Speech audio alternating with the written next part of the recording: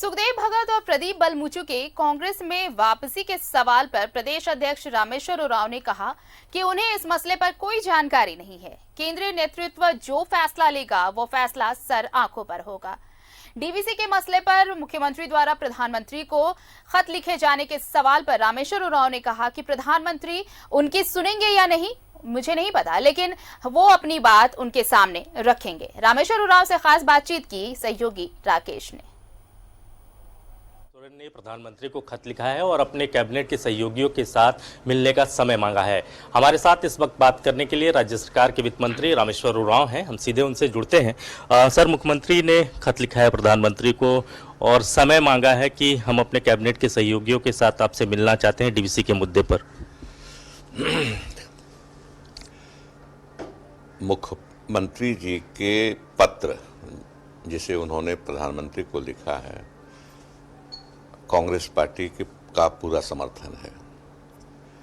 जिस तरह से केंद्र सरकार ने डीवीसी के बकाये को एक तरफा हमारे अनुरोध को नकारते हुए कार्रवाई किया और 1417 करोड़ काट लिया आरबीआई में सीधे सीधे, मैं समझता हूँ हालात को देखते हुए यह गलत, सरासर गलत था।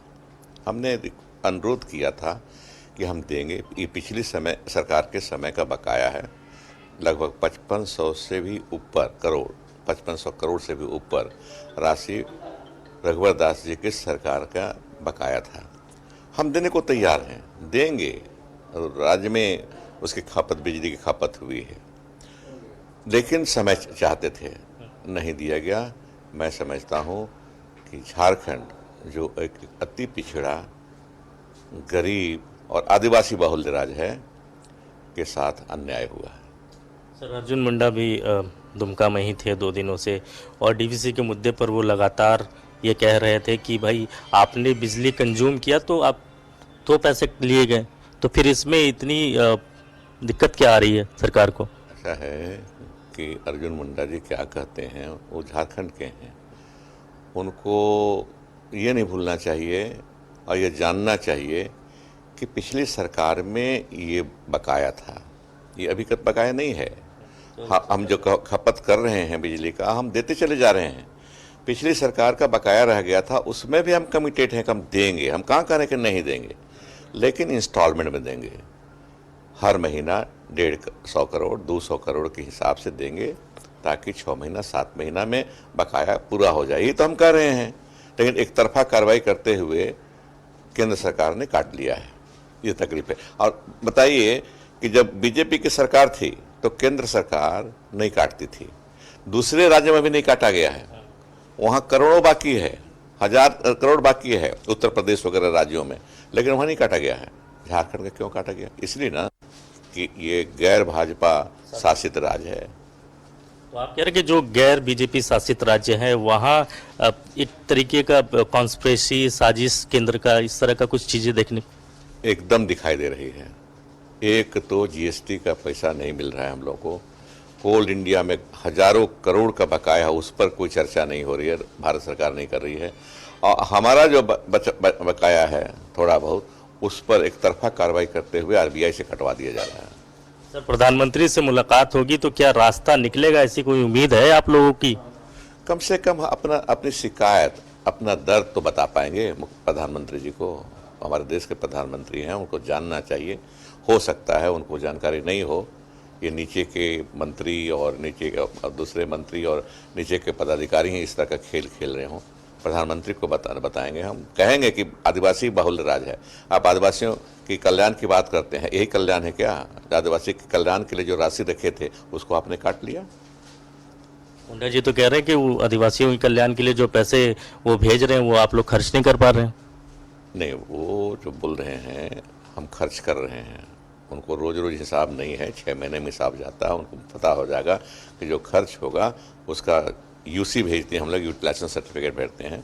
अभी गया नहीं है, इसलिए उनको मालूम नहीं होगा। उनको भी हम दोष नहीं देंगे, लेकिन 6 महीने के बाद उनको मालूम होगा कितना खर्चा हुआ, कितना दिए थे, और उसको उजागर करेंगे हम लोग कि इतना आया था, इतना खर्चा हो गया। सर, आप भी लगातार 2 दिनों से दुमका में हैं, क्या दुमका के नब्ज को समझ पा रहे हैं आप? क्या दुमका कह रहा है इस बार? देखिए, 2 दिनों से हूँ मैं जो समझ जो लोगों से बात हुई और जो समझे हम लोग, कांग्रेस जन हम थे, आलमगीर आलम साहब थे, बादल जी थे, अम्बा जी थी, यहाँ पर विधायक बड़का गांव की, हम लोग लगातार घूम रहे हैं और ये देख रहे हैं, नब्ज टटोलने की कोशिश कर रहे हैं लोगों का साफ कहना है कि वो 5 साल के लिए वोट दिए थे जेएमएम के कैंडिडेट को, किसी कारणवश उपचुनाव हो रहा है, वो कमिटेड हैं कि 5 साल के लिए ही रहेगा जेएमएम का कैंडिडेट, कम से कम 5 साल, बचे 4 साल के लिए भी जो हैं अभी उम्मीदवार हैं उनको वोट देंगे, उनको जिताएंगे।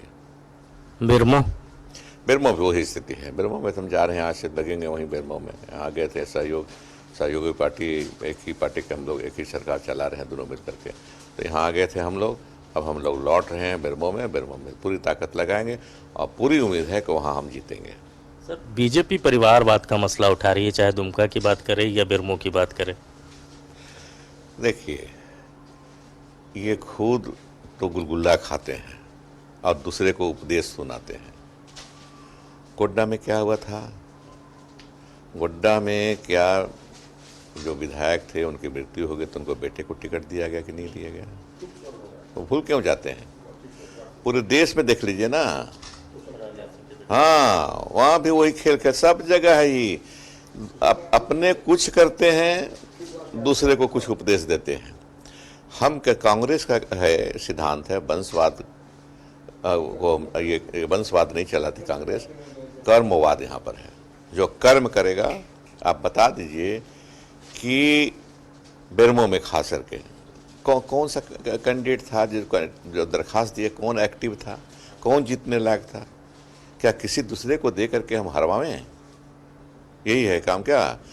जो काम करता है, जो लोग जिसको पसंद करेंगे, लोगों से पूछते हैं, हम सर्वे भी कराते हैं, लोगों से पूछते हैं और तब हम टिकट देते हैं। वही बिरमो में हुआ। सर, एक बात दुमका को लेकर कहा जा रहा है कि मुख्यमंत्री ने 2 सीटों में बरहेट रखा, दुमका को छोड़ दिया। दुमका चूंकि उपराजधानी है तो जो जनादेश मिला उसका अपमान कर रहे हैं। बीजेपी की तरफ से ये पॉइंट बड़ा राइज किया जा रहा है इस चुनाव में। हम कर रहे हैं, आदरणीय प्रधानमंत्री जी 2014 में 2 जगह से लड़े थे, बड़ोदरा और एक वाराणसी से। बड़ोदरा छोड़ दिया, वाराणसी को रखा, तो अपमान था बड़ोदरा का, है ना? ऐसा थोड़ी होता। 2 जगह से जीते हैं, एक जगह छोड़ दिया। किसी एक अपना निर्णय है, उनका व्यक्तिगत निर्णय होता है कि हम कहाँ रहेंगे, कहाँ छोड़ देंगे। ये माने वही नहीं कहते हैं कि गुलगुला खाते हैं ये और दूसरे को उपदेश सुनाते हैं। अपने प्रधानमंत्री किए हैं, दूसरा का तो छोड़ दीजिए। सर, एक आखिरी सवाल आपसे ले लेते हैं। सर, कांग्रेस में आपके 2 पूर्व प्रदेश अध्यक्ष प्रदीप बलमूचु और सुखदेव भगत, उनके वापसी को लेकर ये कहा जा रहा है कि उन्होंने केंद्रीय नेतृत्व को आवेदन दिया है। कैसे देख रहे हैं ये चीज़ों को? देखिए, पहला तो ये रहेगा कि मैं नहीं जानता इसके बारे में, मुझे कुछ बताया नहीं गया। हमारी पार्टी राष्ट्रीय पार्टी है, अगर आलाकमान को दिया गया है तो हमसे पूछे, आलाकमान पूछेगा तो हम बताएंगे क्या करना है नहीं करना है, वो अलग चीज़ है। लेकिन ये निर्णय होगा आलाकमान का, उसमें मैं कुछ नहीं बोल सकता, और जो आलाकमान निर्णय करेगा सिरोधार्य होगा वो। तो कई मसलों पर रामेश्वर उरांव ने अपनी बात रखी है, बेहद बेबाकी से अपनी बात रखी है। कैमरामैन सुशील के साथ राकेश कुमार, न्यूज़ 11 दुमका।